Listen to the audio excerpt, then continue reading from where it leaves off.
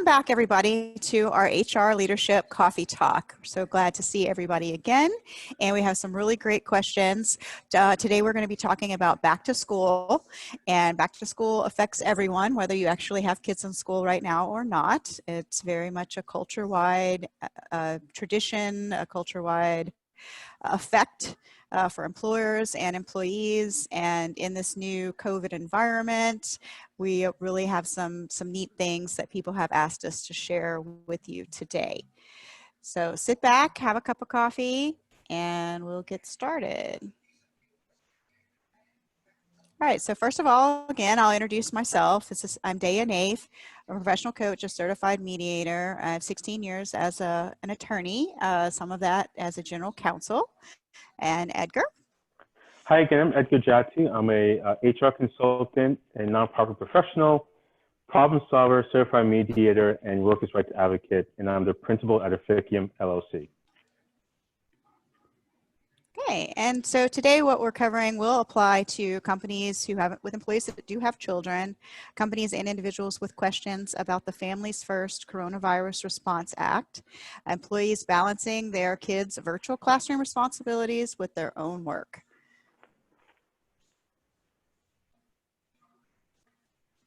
So, Edgar, if I'm an employer, what do I need to know about parental leave policies?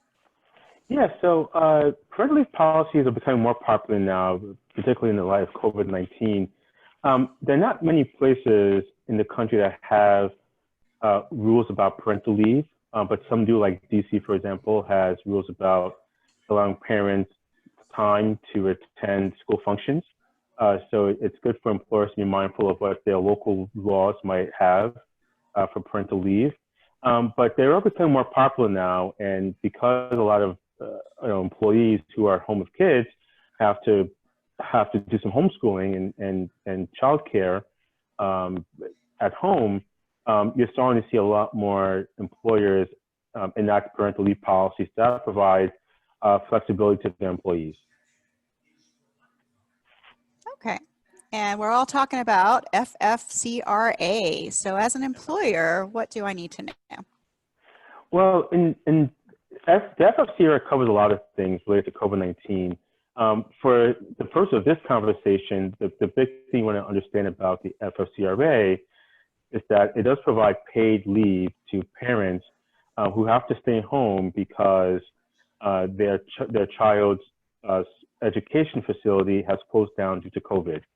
And a closure means not only that a school system or childcare or private childcare company closed down because of COVID-19, whether it's like state law mandates or otherwise, but even if those entities decide to go virtual, so meaning that the school system or the independent childcare facility decides that they'll do virtual learning, that still counts as a school closure under the FFCRA.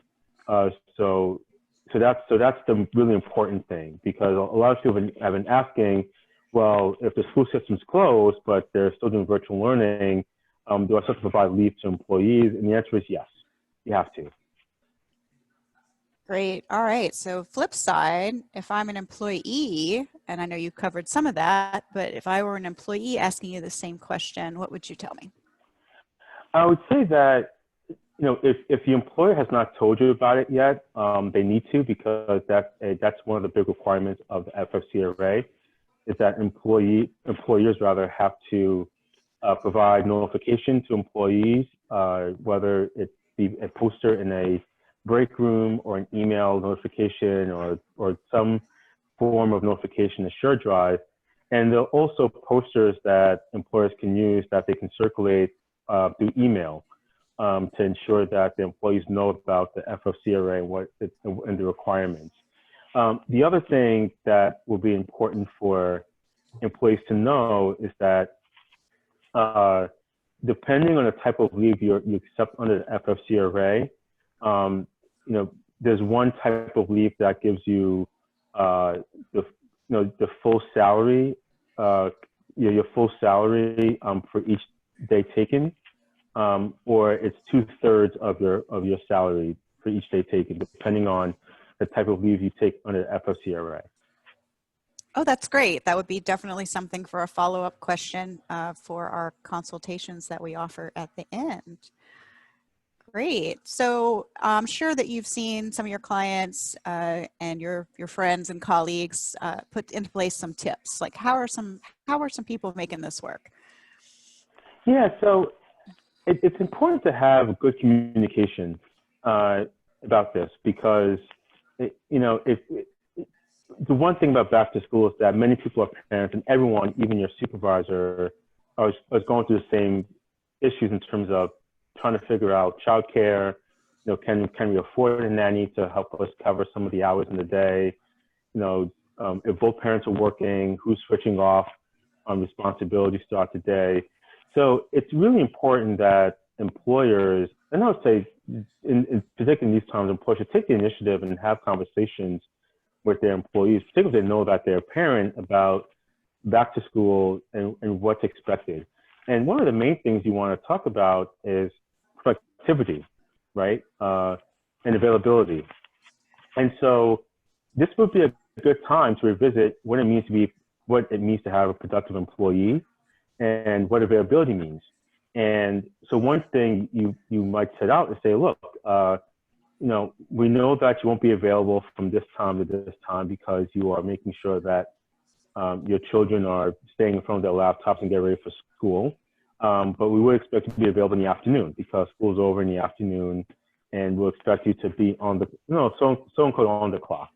And if you can fit in work anytime before then, great. If not, we understand, right? Or it can mean that you decide that there are core hours that every employee has to perform duties or be available. And then you give people flexibility in the early mornings or at night to get their work done. But these are all conversations you have to have. And not every workplace is the same. And so, this is not, one size fits all. But you have to have a conversation about it because you have to meet people where they are in terms of their childcare needs. And remember, not every child's the same. One child might require more attention because they just cannot focus on a screen for more than an hour. And some parents are lucky that their 5-year-old can sit down and be engaged by a screen and don't have to worry about it. So it's really important, again, to really talk to people, come up with a plan together that not only addresses your concerns about productivity and availability, but also ensures that your employee feels at ease with the requirements, that they know what's expected of them performance-wise, because no one wants to be caught surprised on a performance evaluation where they're being told that they weren't available enough when you didn't tell them or didn't make it clear what that would mean, particularly in light of the fact that they have these additional responsibilities at home. Mm-hmm. Great. Yeah, I know a couple of our coffee talks we've actually focused on having difficult conversations in different areas, and so this is something that people just really need to work on their communication skills. And I think as an employer, to reach out to the employees and just see how they're doing goes a really long way. So today we also have a special guest, and I'm going to introduce Kathleen. Hello, everyone. My name is Kathleen Fort. I run the Counseling Center of DC. I have been a psychotherapist for over 20 years, and I specialize in working with children, young adults, and college students who are struggling with anxiety disorders. A couple of days ago, Daya called me and said, what are the top couple questions that you're getting from people who are calling, who are struggling with working from home and also trying to deal with teleschooling? I can do a whole webinar on this. And obviously every family is different. And first I would do an assessment on the family and figure out with what's going on with them and what they specifically need. But one of my general pieces of advice is negotiate, negotiate, negotiate. People are so overwhelmed that they feel like they have to do everything. They have to do the teleschooling perfectly. They have to do the work perfectly. And when they don't, because none of us can, you then beat up on yourself, which makes you even more stressed out. And it's just a vicious cycle. And I have found that the schools are really understanding about assignments and things that have to get done during this time period. They know that parents are working from home. So if you have a big assignment due for you for work, a big project that's due, then you're just not going to be able to give your kid the attention that day so that they're 100% done with their teleschooling assignments. Call the school, email the teacher, explain the situation. I have found teachers to be very flexible, and sometimes they'll even say, look, this is the most important thing the kid needs to do today. Have them do this. Don't worry about the other stuff, and I'm not going to penalize them.